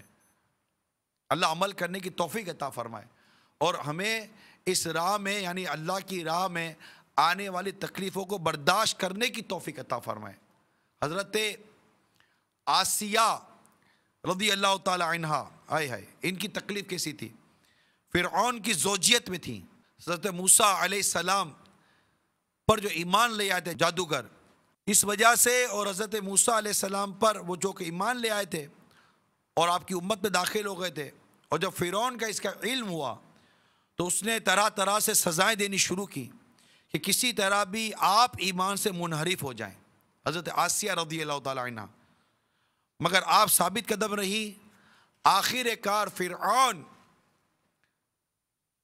نے چل چلاتی دھوپ میں لکڑی کے تختے پر لٹا کر آپ کو چو میخا کر دیا، یعنی چار دونوں ہاتھ اور دونوں پاؤں میں لوہے کی کیلیں ٹھونک دی. ظلم بالا ظلم یہ کہ مبارک سینے پر چکی کے پاٹ رکھوا دیے کہ ہل بھی نہ سکے. اس شدید ترین اور ناقابل برداشت تکلیف میں بھی ان کے قدم نہ لڑکھڑائے اور بے قرار ہو کر اپنے رب تعالیٰ کی بارگاہ میں عرض کرنے لگی، اے میرے رب، میرے لیے اپنے پاس جنت میں گھر بنا اور مجھے فرعون اور اس کے کام سے نجات دے اور مجھے ظالم لوگوں سے نجات بخش. مفسر شہیر حکیم الامت مفتی احمد یار خان فرماتے اللہ تعالیٰ نے حضرت آسیہ رضی اللہ تعالی عنہا پر فرشتے مقرر فرما دیے جنہوں نے آپ پر سایہ کر لیا اور ان کا جنتی گھر انہیں دکھایا گیا، جس سے آپ ان تمام مصیبتوں کو بھول گئیں. اور بعض روایت میں ہے کہ اللہ تعالیٰ، بعض روایت میں ہے کہ آپ ماں جسم آسمان پر اٹھا لی گئی.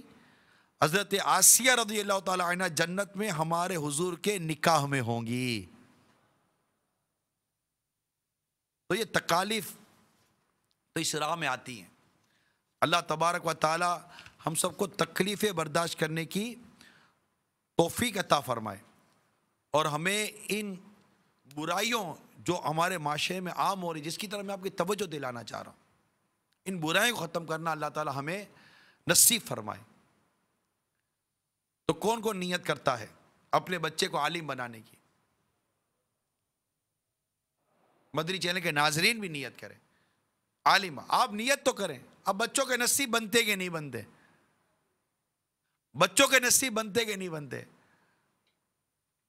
نہیں، نیت کریں. اب آپ میں سے کتنے ایسے جن کو شادی کو بھی ہو سکتا ہے کہ کئی سال لگے، تو آپ ہی کچھ بن جاؤ یار. آپ بھی اپنے آپ کو پیش کریں کہ میں اپنے آپ کو پیش کرتا ہوں نیکی کی دعوت کے لیے، سنتوں کی تبلیغ کے لیے. خود کو پیش کریں، آگے آئیں. اللہ تعالیٰ آپ کو اس کا اجر عطا فرمائے گا. 12 ماہ کے مدنی قافلوں میں سفر کیجئے. اللہ توفیق دے وقف مدینہ ہو جائے. یقین مانیے بہت آ جاتے. جب دنیا بھر میں دورہ کریں گے تو پتہ چلے گا کہ دنیا بھر کے مسلمانوں کی حالت کیا ہے. شرابیں پیتے ہیں ہمارے مسلمان، دنیا بھر میں شرابیں پیتے ہیں. اتنی شراب پیتے ہیں میں وہ کیا بتاؤں. اتنا جوا کھیلتے ہیں کہ کیا بتاؤں. معاذاللہ اتنی بدکاریوں میں مبتلا ہے کہ میں وہ کیا بتاؤں. میں تو ان ماں باپ سے عرض کرتا ہوں کہ جن کے اولاد ملک سے باہر ہے، آپ خبر گیری کریں. میں نہیں کہتا کہ آپ کا بچہ برا ہی ہوگا، مگر خبر گیری رکھیں کہ آپ کا بچہ کر کیا رہا ہے. ایسا نہ ہو کہ جب پتہ چلے دیر ہو چکی ہو. نشے کا عادی ہو جاتا پتہ نہیں چلتا، جواری بن جاتا پتہ نہیں چلتا، طرح طرح کے برے لوگوں میں پھنس جاتا پتہ نہیں چلتا. صرف دولت ہی کو سب کچھ مت سمجھیے. اللہ تعالی ہم سب کو توفیق عطا فرمائے کہ ہم اپنے بچوں کی خبر گیری رکھیں. تو ایک کاش کو 12 ماہ والے مل جائیں آپ میں سے، ہم انشاءاللہ 12 ماہ راہ خدا میں سفر کریں گے. زندگی میں ایک بار تو 12 ماہ کی نیت کر ہی لیں یار. کہ اللہ مجھے توفیق دے، میں نیت کرتا ہوں کہ مرنے سے پہلے ایک ساتھ دعوت اسلامی کے مدنی قافلے میں 12 ماہ سفر کروں گا. نہیں، ہاتھ اٹھا کر رکھے. پکی دیکھیں، جھوٹ کے خلاف جنگ، جھوٹ نہیں بولنا. پکی نیت دل میں بنتی ہے تو نیت کریں. پکی نیت ہے کہ میں انشاءاللہ تعالی مرنے سے پہلے میں نیت کرتا ہوں اس سال، اگلے سال، اس کے اگلے سال، مجھے جب بھی موقع ملے گا میں دعوت اسلامی کے مدنی قافلے میں یک مشت ایک ساتھ 12 ماہ سفر کروں گا. کون کون نیت کرتا ہے؟ انشاءاللہ سچی نیت کا ثواب ملے گا، نیت پر ثواب ملے گا. اور ہر سال یعنی کہ ہر 12 ماہ میں یک مشت ایک ساتھ پورے ماہ کا قافلہ 30 دن کا. آج یہ محرم الحرام کا پہلا مہینہ ہے نا، اسلامی پہلا مہینہ ہے محرم. اگلے محرم تک، اگلے ذوالحجہ تک، ذوالحجہ یہ آخری مہینہ ہوتا ہے. ان ماہ میں، پورے سال میں ہے کوئی جو نیت کرے کہ میں انشاءاللہ ایک ساتھ پورے 30 دن کے قافلے میں سفر کروں گا؟ کوئی نیت کرتا ہے؟ پورا ماہ یہ اس سال کے اندر کم ہے یار، ایسا نہیں کرو یار. میں نہیں کہتا جھوٹا ہاتھ اٹھائیں، لیکن دل کو منائیں،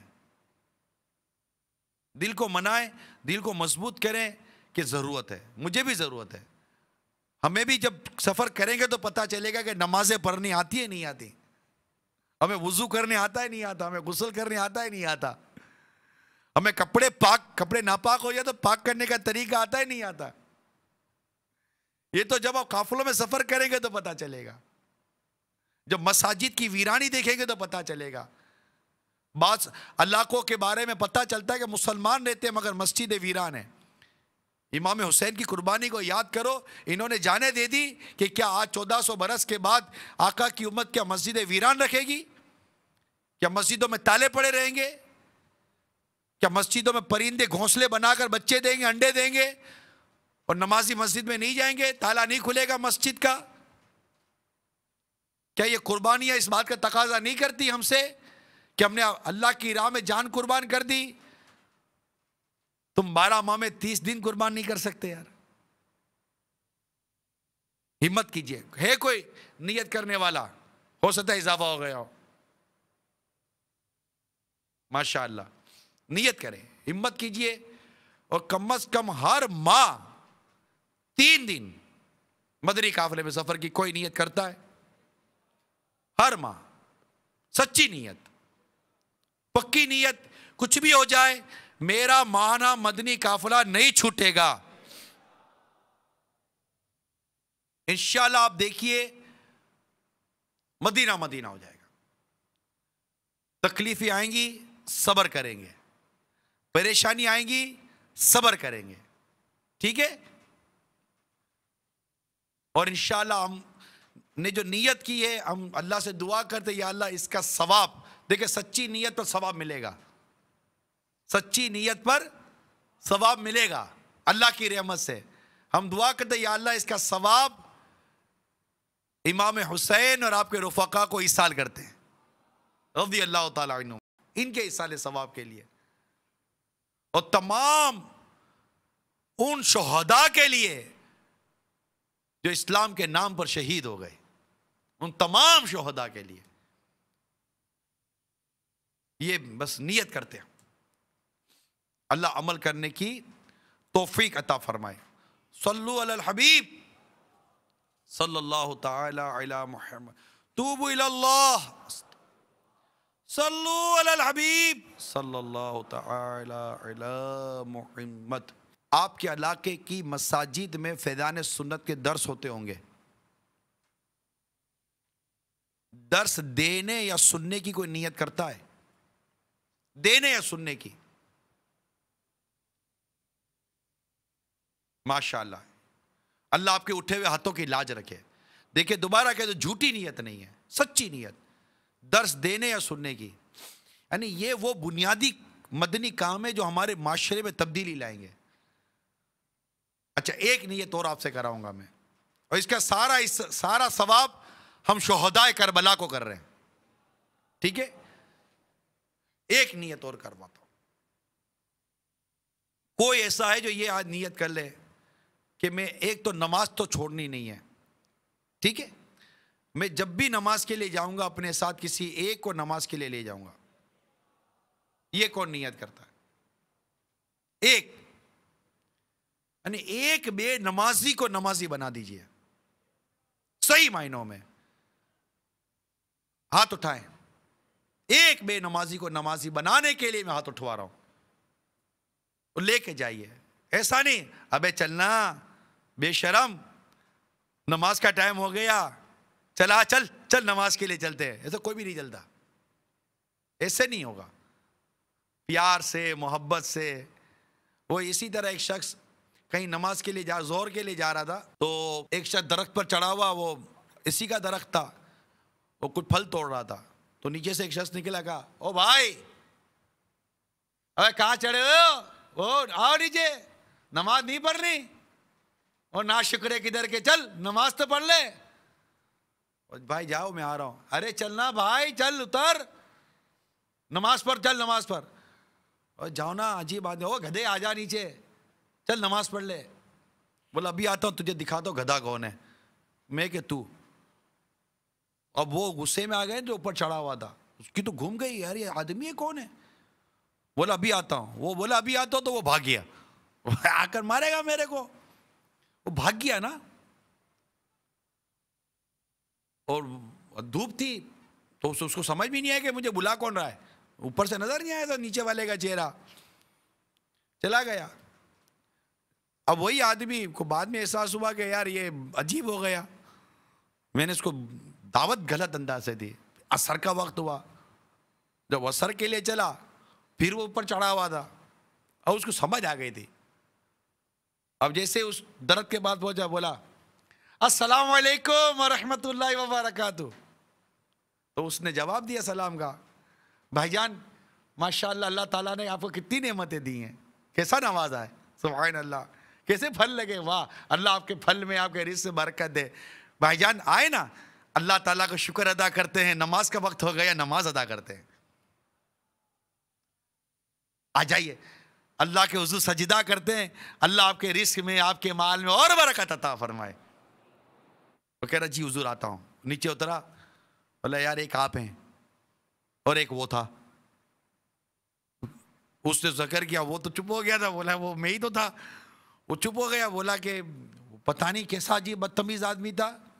ایک آپ نے مجھے نماز کے لیے بولا, وہ بلا رہا تھا, گدھا بول رہا تھا, آئے میرے ہاتھ میں بتاؤ گدھا کون ہے. اور وہ بولے چلے درگزر سے کام نے, آئے نماز پڑھتے. اس کا ہاتھ پکڑ کر نماز کے لیے لے گئے.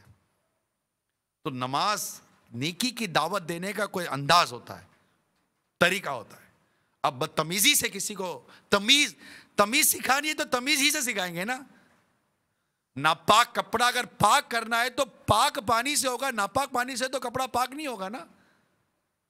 برائی نیکی سے ختم کی جائے گی, نفرت محبت سے ختم کی جائے گی, آگ پانی سے بجھائی جائے گی.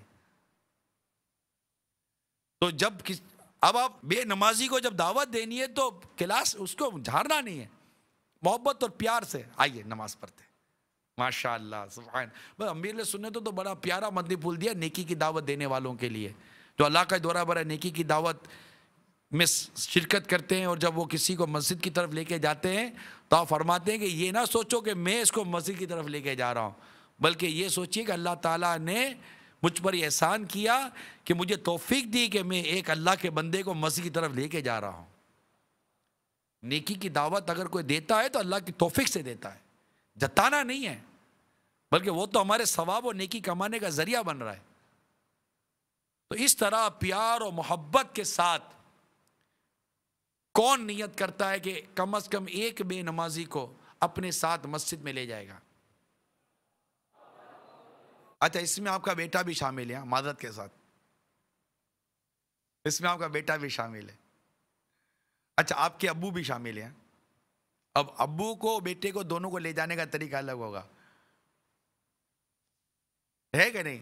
اب ابو بیٹا نہیں ہے, بیٹا ابو نہیں ہے, لیکن دونوں کے ساتھ نرمی کرنی ہے. ہاں اولاد کے ساتھ سختی کی جہاں اجازت ہے، جس کا امیل سنت نے مدنی مذاکرے میں فرمایا تھا، وہ ایک اپنی جگہ پر ہے. نارملی طور پر نرمی سے ہی کام لیا جاتا ہے. فلاح و کامرانی نرمی اور آسانی میں، ہر بنا کام بگڑ جاتا ہے نادانی میں. ڈوب سکتی نہیں موجوں کی طغیانی میں، جس کی کشتی ہو محمد کی نگہبانی میں. تو نرمی اور نرمی، پیار سے نیکی کی دعوت دیں گے، انشاءاللہ نماز وہ پڑھے گا. اور اگر آپ دیکھیں گے کوئی نمازی مستقل آپ کی مسجد میں نماز پڑھنے کے لیے آتا ہے، کبھی نہیں آ رہا تو جا کر اس کی خبر گیری لیجئے. ہو سکتا ہے بیچارہ بیمار ہو گیا، اس کی عیادت کر لیجئے، غمخواری کر لیجئے. پریشانی ہو گئی ہوگی کہ آپ مسجد میں نظر نہیں آئے، اس لیے میں آپ کو دیکھنے کے لیے آ گیا. سستی بھی آ سکتی ہے. تو ہماری مسجد آباد ہونی چاہیے. مسجد برو تحریک، مسجد برو تحریک. دیکھیں یہ ہے مدنی چینل. مدنی چینل آپ کو نمازی بناتا ہے. مدنی چینل آپ کو تقوی پرہیزگاری سکھاتا ہے. مدنی چینل آپ کو سود سے بچاتا ہے. مدنی چینل آپ کو رشوت سے بچاتا ہے، کیونکہ مدنی چینل تقوی پیدا کرواتا ہے، پرہیزگاری پیدا کرواتا ہے. تو جو گھر کے اندر اس وقت مدنی چینل کے ناظرین ہیں، اگر کوئی معنی شرعی نہیں ہے، شرعی رکاوٹ نہیں ہے، تو مسجد میں جا کر نماز با جماعت ادا کیجیے. اور اپنے ساتھ کسی ایک بے نمازی کو مسجد میں لے کے جائیے. انشاءاللہ مدینہ میں یہ مت سوچئے ابے یار میرا کیا جاتا ہے، پڑے رہنے دو نوجوانوں کو گلی کے کوئی. نہیں، یہ پڑے رہنے دو نا، یہ کل آپ کا بچہ جب وہاں پڑا ہوا ہوگا نا تو آپ کو تکلیف ہوگی. گلیوں کی یہ تو مین گندگی ہے، گناہوں کی گندگی، اللہ کی نافرمانی، یہ اصل گندگی ہے. اس کی طرف توجہ نہیں ہے. اگر آپ کی گلی میں 4 دن تک کچرا صاف نہ ہو تو آپ کو بے چینی ہو جاتی ہے. یہ اس سے بڑا کچرا کیا ہوگا، اس سے بڑی گندگی کیا ہوگی کہ یہ گلی کے کونے پہ بیٹھ کر نوجوان نمازیں چھوڑ رہے ہیں اور آتی جاتی ماں بہنوں کو چھیڑتے ہیں، بدتمیزیاں کرتے ہیں، برائیاں کرتے ہیں. اس سے بڑھ کر کیا گلی کا کچرا اور گلی کی گندگی ہوگی. اس کو صاف کرنے کے لیے نیکی کی دعوت دینی ہے. ان نوجوانوں کو، ان بیچاروں کو پکڑ کر مسجد میں لے کے جانا ہے. یہ انشاءاللہ ایک بار مسجد کا راستہ دیکھ لیں گے، مدینہ مدینہ ہو جائے گا. نمازی بنا دیجئے. اچھا پھر نماز سکھانی بھی ہے. پکڑ کر نماز کے لیے لے گئے، نماز سکھانی ہے. نماز کے فرائض، نماز کے واجبات، نماز کے شرائط سب سکھانا ہے. اس کے لیے ان کو دعوت اسلامی کے ماحول میں لے کر آئیے، مدنی قافلوں میں سفر کروائیے تاکہ نماز سیکھیں. اللہ تبارک و تعالی قرآن پاک میں فرماتا ہے ان الصلاۃ تنہی عن الفحشاء والمنکر، کہ بے شک نماز برائی اور بے حیائی کے کاموں سے بچاتی ہے. ایک بار صحیح نمازی بن جائے، ایک بار صحیح نمازی بن جائے، انشاءاللہ تعالی یہ گناہوں سے بچ جائے گا. آپ ایک کام کریں، اپنی اور دوسرے کی نماز درست کر لیجئے. قرات درست ہو جائے، تلاوت درست ہو جائے، رکوع اور سجود درست ہو جائے، قیام اور دیگر فرائض و واجبات درست ہو جائے، نماز درست ہو جائے. نماز میں ایسی کشش ہے. ایک شخص تھا، کسی عورت پر وہ محبت میں پھنس گیا اس کی. اب اس نے کیا کیا، عورت کو لیٹر لکھا کہ میں محترمہ میں تمہاری محبت میں گرفتار ہوں، اور جو اس کو محبت نامہ لکھ دیا عورت کو. اب وہ عورت تھی شادی شدہ، اور یہ بازاروں میں گھومنے والی کوئی بے پردہ اور بے شرم عورت نہیں تھی. شادی شدہ تھی، با حیا تھی، نیک عورت تھی. شوہر بھی نیک تھا. اس نے وہ لیٹر لے کر اپنے شوہر کو دے دیا کہ فلاں آدمی نے یہ لیٹر بھیجا ہے. یہ وہ عورت نہیں تھی جو SMS کے ذریعے، چیٹنگ کے ذریعے دوسرے غیر مردوں سے لگی رہتی ہیں. یہ نیک عورت تھی، پرہیزگار عورت تھی، با حیا عورت تھی، شوہر کی وفادار عورت تھی. اس نے لیٹر لیا اور اپنے شوہر کو دے دیا. اب شوہر بھی وہ بدماش نہیں تھا، اوے کون ہے میری بیوی کو لیٹر لکھنے والا، آئے سامنے دیکھتا ہوں. نہیں، وہ شریف آدمی تھا. وہ اپنے گھر کی عزت کو سنبھالنا آتا تھا اس کو. اس نے کیا کہا، اچھا اتفاق یہ کہ وہ ساتھ والی ایک مسجد کا امام بھی تھا. اس نے کہا کہ آپ اس کو جواب لکھو کہ تم فلاں مسجد میں فلاں امام کے پیچھے 40 دن تک 5 نماز با جماعت ادا کرو، اس کے بعد میں تم سے مزید جواب دوں گی. اب وہ جب جواب الجواب آیا تو اس کو تو مزے لگے کہ چلو رپلائی آیا، رسپونس آیا، نیچر تو اس کا ایسا ہی تھا. خیر اس نے لیٹر لیا، اب کیا کرے گا وہ. ٹھیک ہے 40 دن تک 5 نمازیں با جماعت فلاں امام کے پیچھے پڑھنے کی نیت کر لی. اب نماز اسے پڑھنی شروع کی. جیسے جیسے نماز پڑھتا گیا دل دھلتا گیا. 40 دن نمازیں کیا پڑھی، اس عورت کی تو محبت نکل گئی، اللہ کی محبت اس کے دل میں داخل ہو گئی.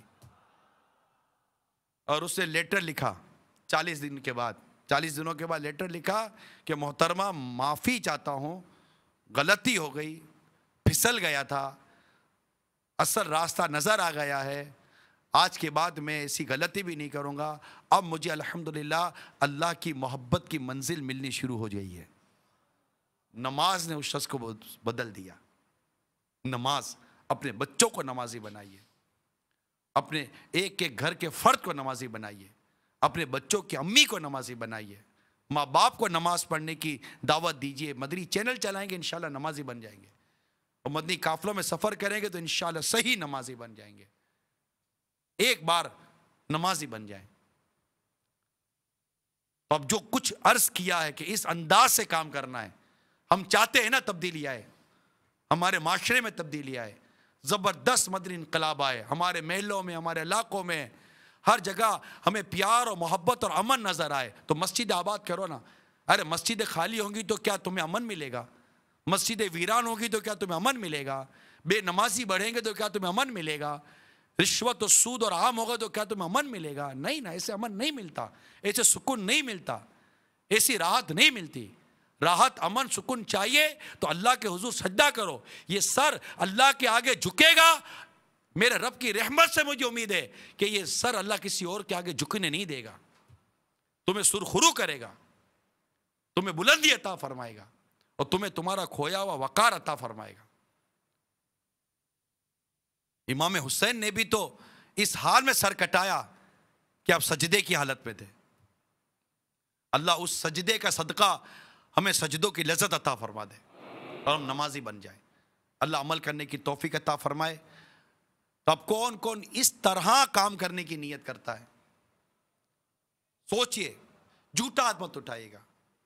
کون کون اس طرح کرے گا کہ انشاءاللہ نمازی بنیں گے، بنائیں گے، اور نماز سیکھیں گے اور سکھائیں گے. نماز، نماز اور نماز. اللہ عمل کرنے کی توفیق عطا فرمائے. آمین بجاہ نبی الامین صلی اللہ تعالی علیہ وسلم. میں مبلغ بنوں سنتوں کا، خوب چرچا کروں سنتوں کا، ہو کرم بہر خاک